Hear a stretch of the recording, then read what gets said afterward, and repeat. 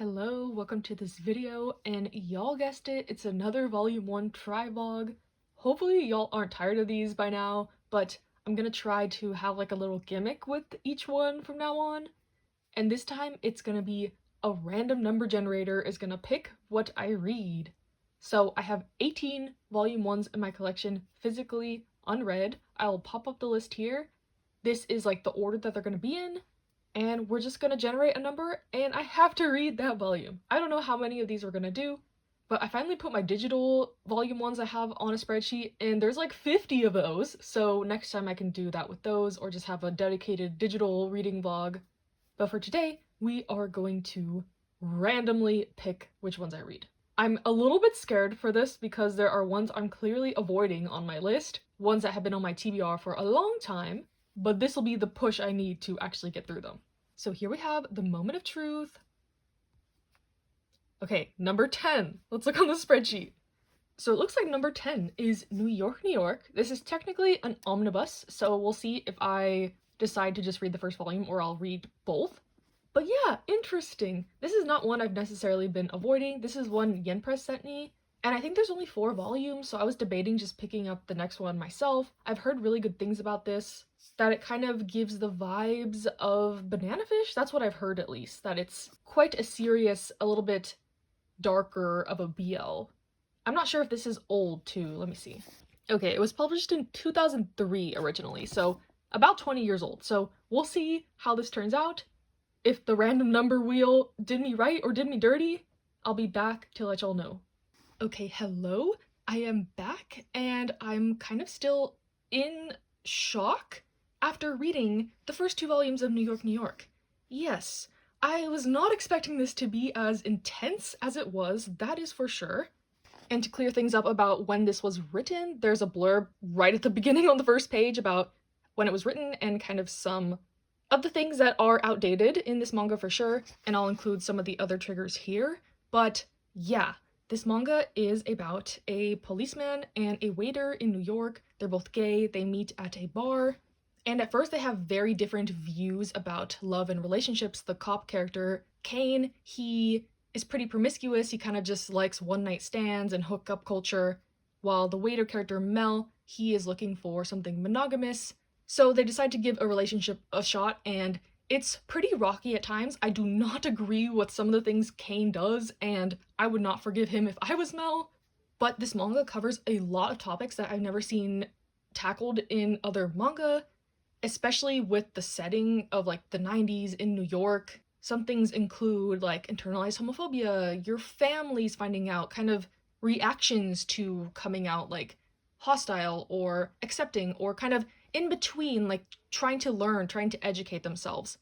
So it was cool to see like all the different perspectives in that aspect. They talk about AIDS, kind of how gay men are treated in general in this time period. So yeah, I'm not sure if this is considered like a influential work in the BL sphere. It gives the vibe of something like that, but I don't know enough about it to like assign it that title. But I definitely want to continue and read to the end because I am hooked for sure. I won't say that this is super enjoyable. The topics are dark, it's heavy, it's hard to read at times, but I can definitely appreciate this for what it's doing. I'm not completely on board with like the romance itself, and I'm scared for what the ending will bring. I'm not sure if this is gonna end in tragedy, happiness, something bittersweet. I'm not sure, but I was definitely left stunned by this, and that is pretty rare. I'm not usually left like kind of speechless by reading something. So yeah, a bit of a heavy start to this video, but let's spin the wheel again and see what I end up getting for my next read. So next we got number 1. Let's look at the spreadsheet. So number 1 is Akane-banashi. This one I actually just picked up recently, just based off the hype and recommendations I've gotten for it. All I know is that this is a revenge story, maybe, centered around Rakugo, the storytelling art form. So yeah, definitely excited to try this one out. Hopefully the tone will be a bit brighter, but I'll let y'all know what I think after I read it. Hello, I have read the first volume of Akane-banashi, and I am so glad that I did. This volume 1 was great. I was expecting it to be good just due to all the hype around the series when it got announced and when it got released, but this story is about this girl named Akane. Her dad is a rakugo performer, which is a form of storytelling, basically like a one-person act. One person will do all the voices and the mannerisms of characters, so it's like one person playing all these different characters and telling a story. But at the beginning of this first volume, her dad pretty much gets fired unjustly, so she sees this as a kid and decides that she wants to kind of avenge her dad and become a rakugo performer herself. In the beginning of this, she's kind of just starting out on her journey, so I'm really excited to see where this goes. I like all the characters so far, the designs are great, the personalities are great. There's lots of potential for this. It gives the vibe a little bit of a sports series, because she's kind of going to be moving up the ranks in this industry, meeting new characters, new opponents, quote unquote. She has a master who she's training under, and there's other like disciples in the school. So yeah, very cool, love the concept, can't wait to read more. I think volume 2 is out already, but I could also read this on the Shonen Jump app if I wanted to. So yeah, really glad I took everyone's recommendations and started this series. A very fun first volume for sure. But let's find out what I'm gonna read next. Again, there's a couple that I'm pretty scared of landing on, but we'll see. Okay, so it looks like we got number 3, which is Claymore. Okay, was not expecting to start Claymore anytime soon, but the random number generator has spoken. Maybe I shouldn't have put these in alphabetical order, but alright, Claymore Volume 1. Okay, hello, I've read the first volume of Claymore. Honestly, I don't really know what I was expecting with this. It's one I picked up for cheap at a book sale. I know a couple people who really love this manga, but it's one I don't hear really talked about much, so I didn't know much about the premise or the stories or the characters or anything. But yeah, I ended up enjoying this first volume. It's about a world where there's these monsters called Yoma, and they can kind of possess humans and disguise themselves amongst the humans and then, cause havoc, kill people, stuff like that. So the only people that can kill these Yoma are these things called Claymores, which are half human, half Yomas. They're human girls or women who had to ingest some part of the Yoma and they kind of fuse together with one. So they're half human, half monster. But Claymore is this organization of these women who are raised as warriors and are kind of hired for contract to kill the monsters. And so far we have this main character, Claire. She's a Claymore, and we're following her kind of just going on different jobs to defeat the monsters. So the action is really good, the art is interesting. The only drawback, I guess I would say, is I don't really see where this is going. I don't see a end goal, really. It's a bit episodic from this first volume, but we'll see. I actually have a lot more of these volumes. I think I have 11 volumes of it, so plenty more content to get into. She's acquired a companion so far in volume 1, so I don't know if the party's gonna get bigger, she's gonna continue to be going on jobs, but it seems like this will tackle the themes of morality, humanity. It already has started to do so with the whole being in touch more with your human side or your monster side and what that really means. So yeah, interesting first volume, like the characters so far, intrigued by the story, the action's good, just a little bit unsure about the direction of the story, I guess. And next, we have number 17, which is Wake Up Sleeping Beauty. This is one I was hoping not to really read right now since it is a short series and I've heard really, really good things about it, so I was planning to read it all in one foul swoop, but we gotta do what we gotta do. I was interested in this one also because it's the same author as A Condition Called Love, which I've been obsessed with lately, so we'll see how this first volume goes. And I might have to pause this challenge if I'm so into it and want to read the rest of the series immediately. Okay, I feel like I'm on a roll today, but I have read the first volume of Wake Up Sleeping Beauty. This one was another hit. I haven't really read anything bad so far, but the thing that struck me the most about this volume, for sure, is the art. The art is gorgeous. All the characters are so pretty, and good art definitely elevates a series for me. It's not a requirement, but it's definitely an added bonus. But yeah, the story is about this kid. He's a senior in high school and his family is kind of struggling financially, so he ends up taking this job as a housekeeper for this rich family. And this family has a daughter that they kind of keep locked away in a different part of the property, and he's warned to kind of not interact with her, not go near her, but they end up meeting through a certain circumstance and developing a friendship. But he quickly learns that this girl is not really who she seems at first. It's not really a spoiler since this is the first volume, I think, but Basically, she can be possessed by these wandering spirits slash ghosts slash souls of the deceased. It's not explained fully yet, but her parents and like others around her have written it off as sort of multiple personality disorder. They don't know that she can kind of be a host body for these spirits. But to protect her from this, that's why she doesn't really go outside, because she could get possessed by a evil spirit or one with bad intentions. And the main character kind of enters a contract where he's tasked to kind of just oversee her, look over her, because no one has really tried to be her friend or tried to understand really what's going on. He's the first, so I'm assuming this will develop into a romance or something romance adjacent, but it's good so far. I'm definitely intrigued. I've heard this kind of delves into some darker topics also, but yeah, love the art, like the characters so far, story is intriguing. It is a short series, so I'm tempted to just read the rest right now, but for the sake of this challenge, I'll keep going with my random generator. Okay, so we have number 6. Okay, so number 6 was actually Descending Stories.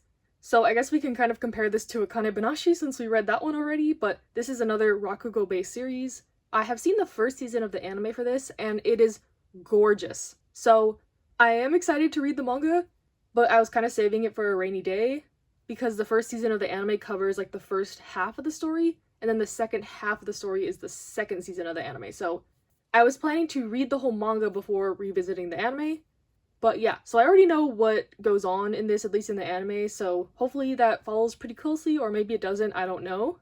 But I'm not mad at this pick. I just wasn't expecting it. For these videos, I usually try to pick volume 1s where I only have like a volume 1 of it, to see if it'll persuade me to get more. But like with this series and Wake Up Sleeping Beauty, I already have the full series. So I was intending to read them eventually for sure. Not so much of a like, oh, this is a volume 1, I'm gonna read it to see if I will continue it or drop it or whatever. I'm already committed to these series, but we can still read it in this video. Hello, it is the next week and I have read volume 1 of Descending Stories, and much to nobody's surprise, I really enjoyed it.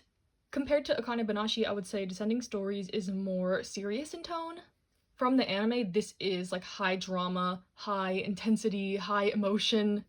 Even though from the first volume, we're kind of just like setting up the story. The story is about a guy who's in prison and he sees his Rakugo performance while he's there, and he is so moved, so inspired by this performance that he decides to pursue Rakugo once he gets out. But it turns out that the performer he saw is kind of like the top brass, the top guy in the Rakugo world, and he has never taken an apprentice, so it's kind of out of nowhere that he agrees to take in this ex-con. It's kind of as a joke at first, but already in this first volume, you'll see how like serious this guy is about learning and becoming a Rakugo performer. So yeah, like I said, this first volume is laying the groundwork for pain to come if this is anything like the anime. And speaking of the anime, I was curious what I would think about this in comparison, just not being able to see the storytelling animated or hear it, but it didn't really affect my enjoyment reading that just in manga format. So I think either one is good. Maybe my opinion will change on that as I read more into the manga. But yeah, great start. Was expecting it to be, but I'm glad that my suspicions were confirmed. And let's pick the next one. We've done 5 volumes so far, so I bumped it down to 13. And it looks like they want us to do number 7. And okay, it happened. Kind of my biggest fear on this list got chosen, which is Pandora Hearts. So I told myself I would read this series this year. I was planning to do it in October since it's a bit of a spookier series to my knowledge, but it's already like almost the end of October and I haven't touched this yet. So yeah, okay, we're gonna read the first volume of this and see. I've said it many times before, but this is definitely the most intimidating thing on my TBR, so I'm not super excited about this, but hopefully I'll love it, and I'll be kicking myself that I didn't start this sooner. Okay, hello, this is actually me from the future talking. I went to go edit this video, and my file for the Pandora Hearts clip was totally corrupted. So I'm kind of sad that you won't have like my immediate in-the-moment reaction right after I read this, but I'll try to remember exactly what I said before. So basically, I think my fears were quite warranted with Pandora Hearts. It is the most intimidating series on my TBR. I don't know if I've ever said why, but I definitely bought into the hype buying this really expensive, nice box set for the series. And I've just been so scared that I wouldn't like it and feel like I wasted my money. So I read Case Study of Vanitas, which is another work by this author, to kind of ease my way into their writing style, because I've heard it's a lot. And that it is. It is a lot. Not necessarily confusing, but right off the bat, this story has lots of characters, lots going on, lots of moving parts, and it's one that I feel I would have to give my undivided attention to and just binge it all in one go. No distractions. I might need to like take notes. That's the extent of like how much is going on in here. But from what I've gathered from the first 2 volumes, I did read the complete omnibus. The story is about this kid named Oz. He's turning 15 and he's at kind of his coming of age ceremony. He's a noble. But everything goes wrong at this ceremony. He suddenly gets thrown into this place that is called the Abyss. It's kind of like hell or just another dimension, but it's a bit Alice in Wonderland inspired, so it's a bit more like whimsical than one would think. But he gets thrown into the abyss with kind of like no explanation, and to make his way out he has to make a contract with this someone or something that's down there, and when he comes back to his world, it's 10 years later, and lots of things have changed. So it seems like this is going to be an epic journey about him fulfilling his contract with this person slash thing, kind of solving the mystery of what happened. They're mentioning that he has like this sin that was the reason he got thrown down there, but he's like the key to something else. So yeah, a lot thrown at you all at once, but I have hope that this will, connect together somehow, some way, hopefully sooner rather than later, because I don't want to read a story where everything is like all over the place and loose ends don't get tied up. But from reading like Case Study of Anita's, I think the author is really good at kind of handling these chaotic stories with lots of information. So I have hope. This was a promising start, just a bit overwhelming, and I know that if I want to continue the series, I'm gonna have to be like laser focused in on it. So if you've read this manga, let me know if things do kind of, start making sense as you go along. I know many people who love this manga, which gave me the confidence in the first place to buy that expensive box set. I've just kind of been procrastinating it in the fear that I wouldn't like the series. But yeah, I wasn't like completely hooked by this first volume, but I wasn't totally deterred. I just have more of an idea of what I'm getting myself into for sure. And like I said, the footage got corrupted, but my next pick on the random number generator was Prince Freya. Prince Freya is one that I had picked up at a book sale recently, and it gave off the vibes of like political, fantasy, romance-y genres. And I've been reading Yona the Dawn recently, so I was like, okay, perfect, another story that might kind of fit that profile. But in just a second, you'll see what I thought of this first volume. Okay, I have read the first volume of Prince Freya, and I'll be honest, this first volume was a bit underwhelming. Maybe I've been too spoiled by Yona to expect kind of like this really good storytelling right off the bat, but essentially Prince Freya is about this girl named Freya.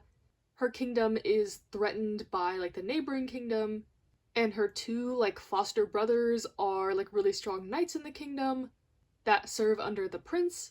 But during this battle, one of her brothers gets killed.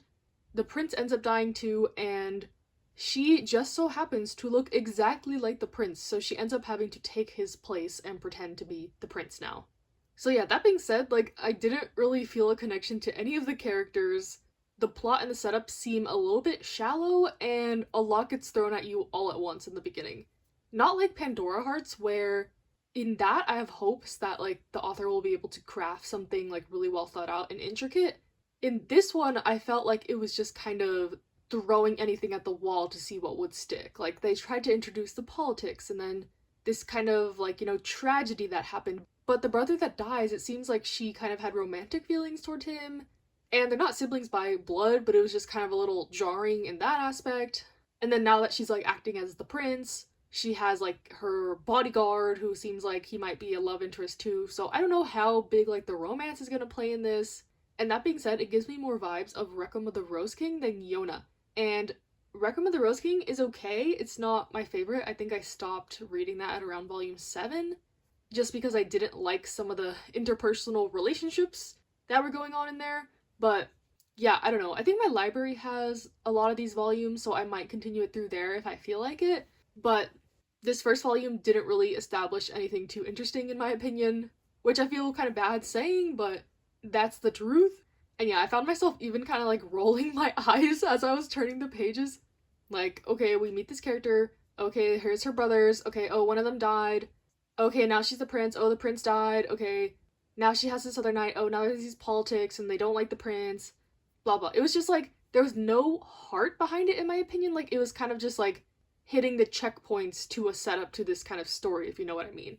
Like, this first volume could have been fleshed out over multiple and made me care more about the events of the story, you know? Like, we just get introduced to these characters and then we're expected to, like, care for them and be emotionally affected by this story. Oh my gosh, I feel like I'm being so mean about this, but yeah, Prince Freya first volume didn't really impress me. I can see the appeal, but I don't think I'll be buying any more volumes of this for my personal collection. Okay, it seems like I cannot catch a break near the end of this video, but the wheel has chosen my Broken Mariko for my next read. And to my knowledge, this is a very sad and depressing one-shot. And I already went through the ringer emotionally with New York, New York, so we'll see how I feel after this one. This one was sent to me by Yen Press, I didn't pick it up on my own. So I guess it's a little bit of Yen Press's fault too. Apparently they want me to suffer. Alright, as expected, we have a sad little one-shot, My Broken Mariko.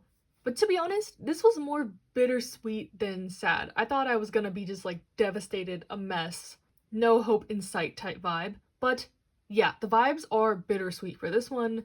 The story is about a woman who finds out that her best friend has committed suicide, and she ends up getting her ashes and kind of taking them to a place that they had always wanted to go. So yeah, that's the basic premise of the story. I won't say much more because this is just a one-shot, but just know that Mariko, the deceased friend, had a very rough life, and her friend was kind of the only one on her side, and yeah, very sad, but there are moments of hope in this that don't make it totally depressing.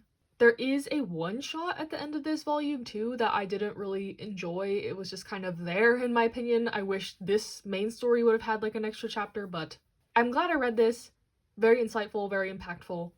I wouldn't say that you need to go out and buy this immediately, but if it is available to you, I would give it a read. It was worth it in my opinion.